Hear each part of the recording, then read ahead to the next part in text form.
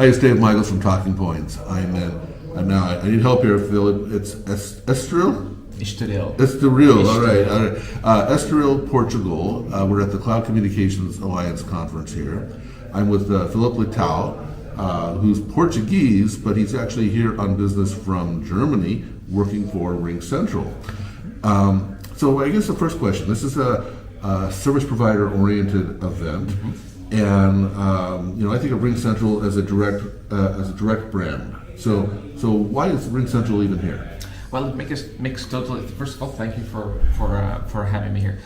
Makes totally sense for RingCentral to be here, especially in Europe, because as you mentioned, RingCentral is a really strong brand in the United States, especially in North America in general. But when you come to Europe, you see that the dynamics of the market changes, and you have both the SME segments to the enterprise segments buying much more from service providers. From a RingCentral perspective, it makes totally sense to partner with those service providers and make sure that those service providers will have the tools needed to address the customers here and take advantage from a RingCentral. So the problem with the label service provider is it could be a guy and a dog that has a soft switch, or it could be a fairly large company. Are you working with large or small service providers? Anybody we've heard of? Of course, we are working with the largest service providers in Europe. We have partnerships and alliances with the likes of Vodafone, Global, actually operating in multiple markets from the UK, Germany, Portugal, Spain, Italy, but also in Germany with Deutsche Telekom, and also in the UK from BT. So yes, we have partnerships with the strongest service providers in whole Europe, and that's what customers actually know. So they are a great gateway for us to also make sure that they can consume the RingCentral services.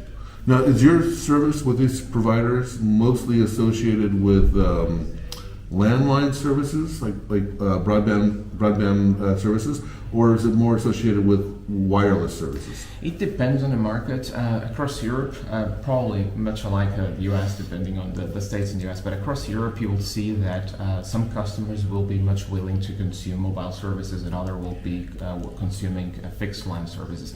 Now, the cool thing about RingCentral is that we have enough flexibility to adopt both paradigms. So you will see that in certain service providers, Vodafone is a good example of that.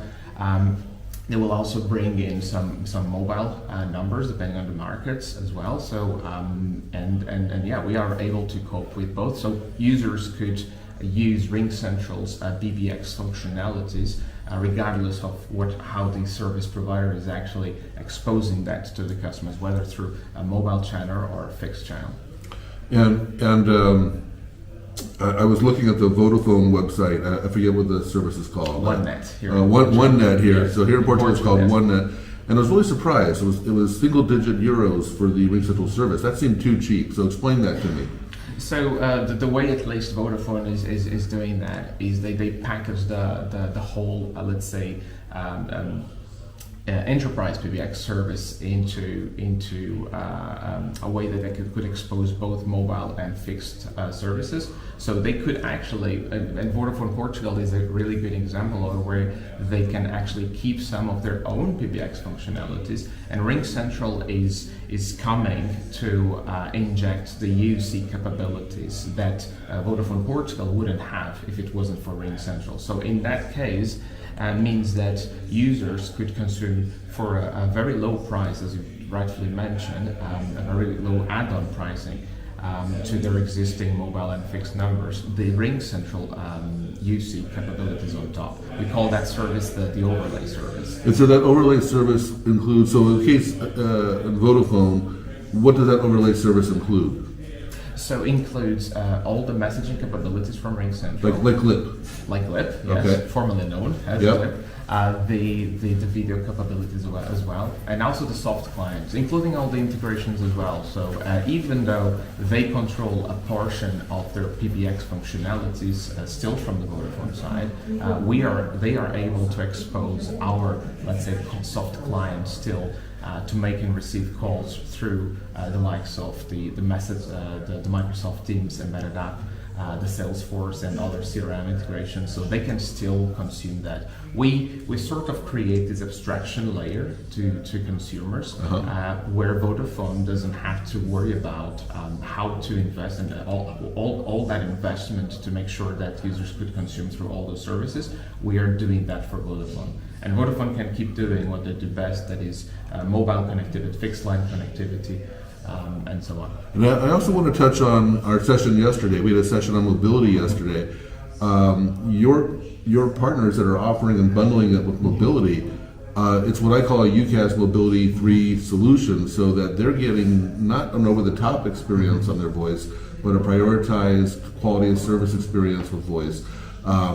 Do people understand that? Do they appreciate that, or do they still see that as the same as over the top? Or how's the market responding to that? Well, to be honest, people just want voice, right? They want to make and receive calls regardless of what is the client they're using. I think that the market, the end user perception of what traditionally we will call FMC is very low. What they really want is to make sure that when I get a call in, it will go to the device that I'm consuming at the moment. That could be the over-the-top app, that could be the native dialer, that could be whatever client I'm using to consume that service.